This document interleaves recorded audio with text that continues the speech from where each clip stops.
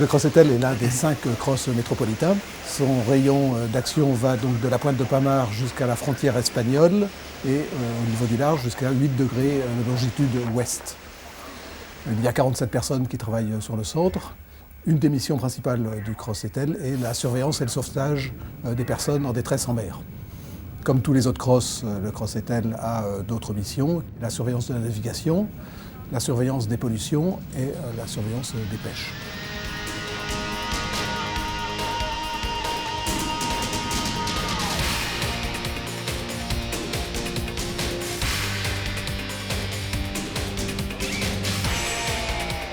Donc Philippe Museux, directeur adjoint du Cross-Étel.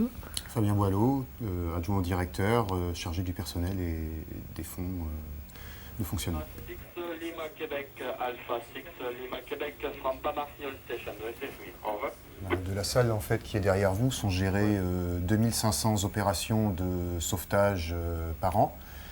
Sur ces 2500 opérations, 75% sont des opérations de sauvetage pour la plaisance, 20% environ pour la pêche et 5% pour le commerce.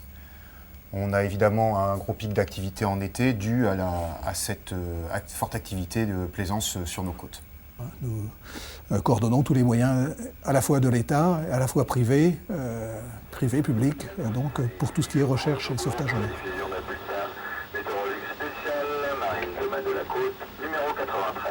Donc en fait, au point central, nous avons un chef de quart qui fonctionne par quart de 4 heures, avec son adjoint là-bas qui est devant une des consoles. Donc ici, nous avons 5 consoles qui sont disposées en arc de cercle, avec ici une console centrale qui sert essentiellement au CMS, donc à l'officier de permanence, qui s'assoit ici pour suivre les opérations. Donc sur ces consoles, qu'est-ce qu'on trouve rapidement? On trouve un système de gestion des voies radio, donc qui nous permet d'avoir sous la main tous les émetteurs qui sont répartis sur la côte. Donc en fait, l'opérateur qui est derrière sa console a en permanence l'écoute de tous ces émetteurs, donc de la pointe de Pamar à la frontière espagnole, pour la VHF, mais également pour la HF sur cette console-ci, puisque notre veille d'ambiance qui se fait à partir de ces émetteurs ici est retransmise sur cette console. Donc parallèlement à ça, sur ces systèmes informatiques, nous avons un système de cartes électroniques. Donc en fait, toutes les cartes marines et IGN de notre région sont rentrées sur ces ordinateurs. Également la table à cartes avec les cartes papier.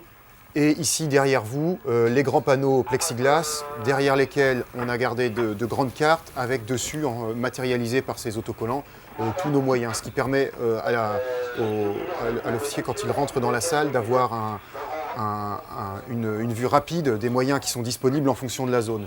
Puisque le chef de quart, généralement, connaît ces moyens à force de travailler avec eux. Attention, ce ne sont pas des moyens qui sont mis à la disposition des plaisanciers, ce sont des moyens qui sont mis à la disposition de tous les navigateurs, qui sont essentiellement dans notre zone parce que nous avons une forte activité de plaisance et que la majorité des gens qui sont sur l'eau sont des plaisanciers. Effectivement, ces moyens sont peut-être plus utilisés par les plaisanciers que par les autres.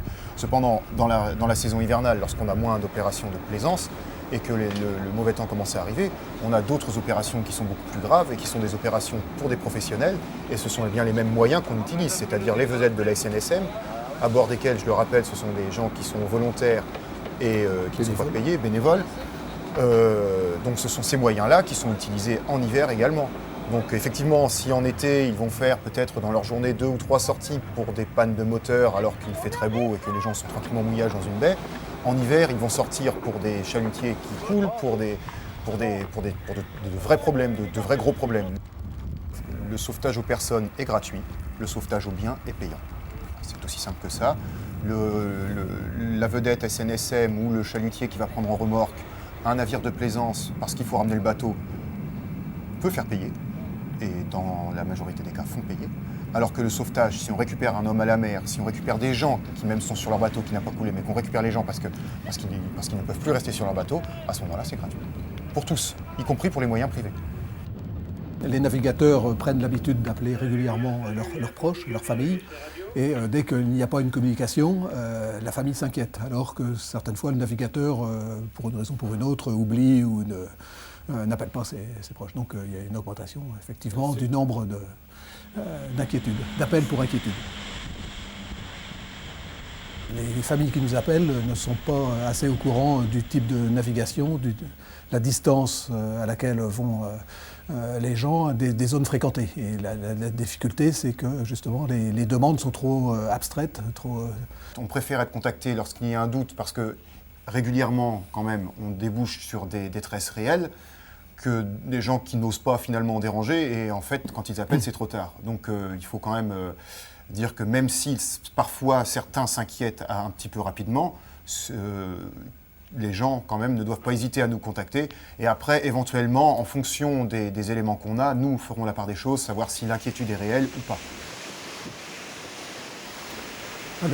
L'avantage du téléphone portable, c'est que les gens savent s'en servir, alors que la VHF nécessite une certaine procédure. Il y a des termes à employer. Par exemple, le terme Mayday ne doit être employé que lorsque la vie humaine est en danger. Il y a d'autres indicatifs qui sont le pan-pan ou de sécurité, si le problème est moins grave. Mais effectivement, c'est un frein aussi à l'emploi de la VHF, savoir comment s'en servir et quel terme employer. Heureusement, la plupart des gens qui nous appellent avec leur téléphone portable savent où ils sont. Cependant, dès qu'ils sont un petit peu au large ou dans une zone d'ombre, et elles existent sur la côte, les zones d'ombre, là, effectivement, ils ne peuvent plus nous joindre. Pour le sauvetage, la VHF est nettement supérieure et je dirais même presque indispensable. Si le plaisancier est équipé d'une VHF ASN, appel sélectif numérique, qui donc, lorsqu'il actionne le canal 70, l'appareil étant relié au GPS, nous recevons donc la position du navire. L'ASN simplifie beaucoup les recherches puisqu'on a donc la position du navire, son numéro MMSI qui nous permet d'identifier le navire et savoir si c'est un navire de pêche, de plaisance ou de commerce, et qui peut nous donner éventuellement l'accident si la personne a eu le temps de l'inscrire sur son matériel. Il y a un menu défilant qui apparaît à l'écran. Si c'est une voie d'eau, donc la personne clique sur voie d'eau et donc nous on saura qu'il y a une voie d'eau. On revient sur le problème dont on te parlait tout à l'heure, à savoir les problèmes de communication.